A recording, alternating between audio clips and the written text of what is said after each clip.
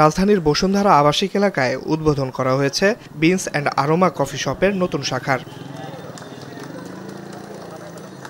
বৃহস্পতিবার বিকেলে নতুন শাখাটির উদ্বোধন করেন যমুনা টেলিভিশনের সিইও ফাহিম আহমেদ।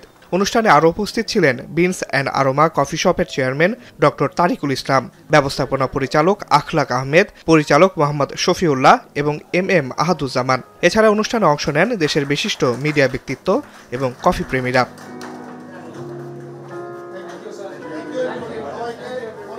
নতুন শাখার উদ্বোধন উপলক্ষে বিনস অ্যান্ড আরোমা চালু করেছে বিশেষ মেনু, যার মধ্যে পাম্পকিন ল্যাটে ইতিমধ্যেই অতিথিদের দারুণভাবে আকৃষ্ট করেছে।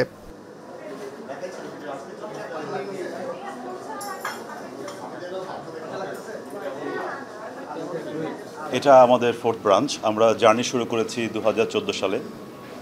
11 বছর আগে আমরা মূলত চেষ্টা করেছি একটা স্পেস তৈরি করবার জন্য, যেখানে মানুষ এসে কানেক্ট করতে পারবে, রিল্যাক্স করতে পারবে এবং মানুষ ইন্সপায়ার্ড হতে পারবে, এবং যেখানে মানুষ আসলে ভালো কফি পান করতে পারবে।